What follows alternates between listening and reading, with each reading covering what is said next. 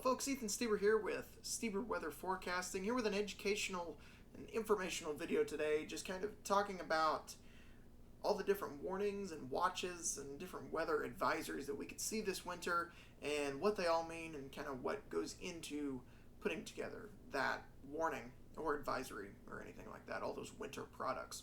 So let's get started. There's three main categories of winter products that could be issued by the National Weather Service. First one's a watch. This means significant weather impacts may occur.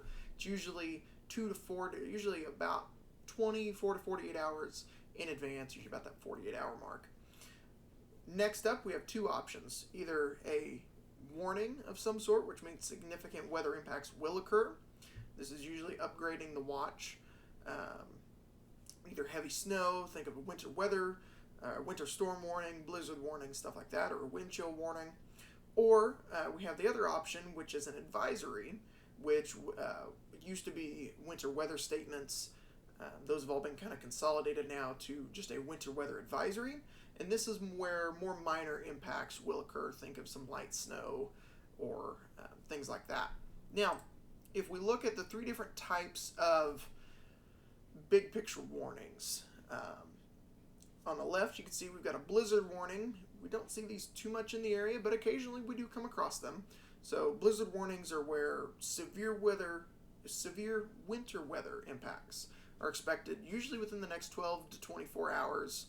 Usually these are issued about 1 day in advance, sometimes up to a day and a half in advance. Or it's occurring, including whiteout conditions, so that means do not travel at all. Blizzard warnings, of course, we all know this. Don't try to travel unless you absolutely have to during a blizzard warning. Usually road conditions just are not safe to do so. Next up there in the middle, in the pink, is a winter storm warning. And this is where dangerous winter weather is expected, usually again within that same window, 12 to 36 hours. Or is occurring, considerable travel problems are also expected. So again, try not to travel during those winter storm warnings. And lastly, on the far right, you see we have winter weather advisory, which means potentially dangerous winter weather conditions are expected in the next 12 to 36 hours. Travel difficulties could be expected. So with those winter weather advisories, big differences there. Travel impacts are not going to be near as substantial as they would be for either the blizzard warning or the winter storm warning. Now, focusing in on some of those winter storm criterias, notice how you will see them on the forecast maps and when I talk about it later in the season. The pink shaded area right in the middle is that winter storm warning. Those will always be highlighted in pink. And again, that's for either snow, sleet, ice, or a combination of those. So, again, those are substantial impacts will be heading our way, usually within the next day to day and a half. On the bottom now, you see in that lighter blue is a winter storm watch. That's just kind of a heads up, usually issued about 48 hours in advance, saying, hey, look out, these conditions are expected. And up on the top left hand of this picture, you notice in that kind of purple shaded area, that's that winter weather advisory. So that's what those products will look like when you see them come across the screen.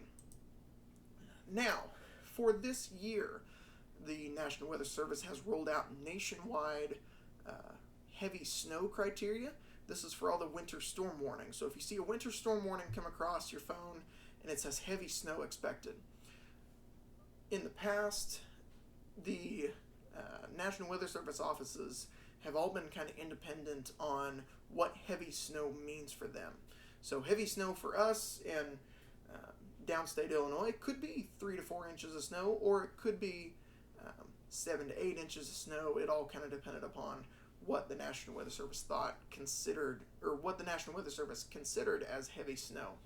Now, if you'll notice, I'll zoom out here for just a second, and this is a nationwide map that kind of combines together all those criteria to kind of establish what does it mean for heavy snow to occur. Notice in our area, everywhere north of that Route 50 corridor, for a heavy snow criteria to be added to a winter storm warning, it's going to be at least 5 inches of snow. So if you see that heavy snow tag in that winter storm warning, that means we're going to see at least 5 inches of snow.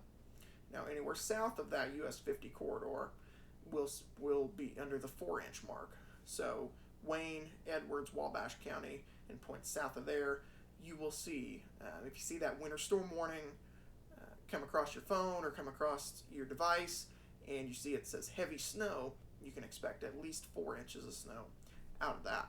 Now, along with snow, we also see a lot of wind chill warnings issued in the area. And I think we can expect more of that this winter coming up. Now, there are 3 different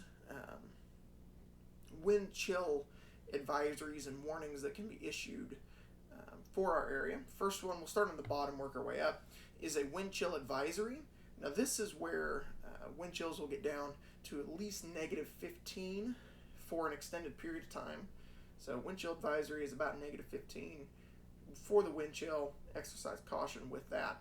Wind chill watch, again, is similar to winter storm watch, meaning dangerous wind chill conditions are expected, usually about 24 to 48 hours in advance, so be prepared. And then wind chill warnings are for if wind chills are going to be -25 or below.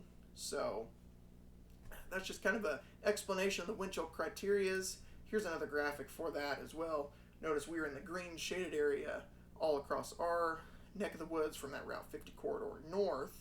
So wind chill advisory kicks in at -15 degrees. And if you're south of that Route 50 corridor, it's -10 degrees for that wind chill advisory. And for wind chill warning, we're all in the same boat, -25 degrees for all of us if we see that wind chill warning come across our screen. So hopefully that's been informative and helpful. If you have any questions, please reach out to me. If not, check out further videos later on in the season for upcoming winter weather.